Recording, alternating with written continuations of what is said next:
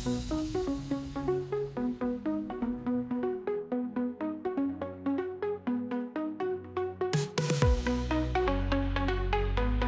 à tous, c'est Wed et bienvenue sur la chaîne Google Home France. Je refais une vidéo vraiment rapide pour le Google TV de chez Thomson. Je me suis rendu compte dans la vidéo, je l'ai fait un peu vite, que j'avais oublié de vous montrer la partie avec le dock USB-C. Alors je vais vous montrer tout de suite. Donc là vous voyez, je l'ai raccordé. Donc je me sers de l'alimentation qui était livrée avec celle de Thomson.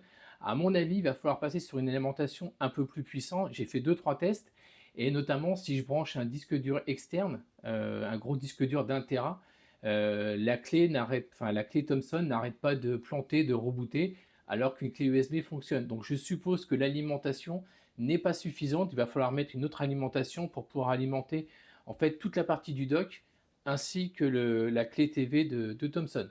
Donc là, j'ai remis la configuration initiale.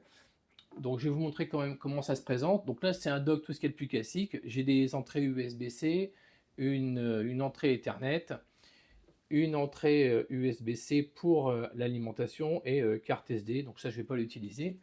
Donc au niveau de l'interface Google TV, donc je vais me caler dessus. Donc actuellement, vu que c'est branché, il va y avoir un bug. Alors, est-ce que c'est lié à la puissance ou pas? Si vous branchez un dock comme ceci, vous n'avez pas accès au Wi-Fi. Voilà, vous voyez, c'est désactivé. J'ai beau le cliquer, il ne va rien se passer. Donc si vous comptez le laisser brancher tout le temps, veillez bien à ce qu'il y ait bien une connexion Ethernet dessus. Donc là, je vais rebrancher ma connexion Ethernet pour vous montrer directement la connexion. Donc je vais brancher tout ça. Donc là, ça semble OK. Voilà, on voit bien qu'il y a un message comme quoi la connexion Ethernet a été détectée. Et vous voyez ici, c'est connecté. Donc là, je suis bien connecté au réseau, il n'y a pas de souci, ça fonctionne bien.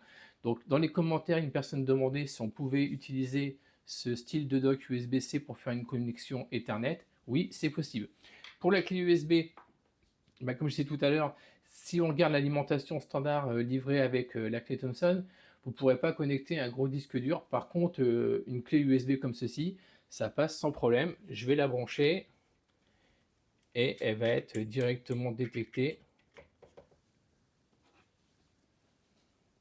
Donc là, je l'ai branché, il n'y a plus qu'à attendre. Vous voyez, ici, la connexion se fait bien.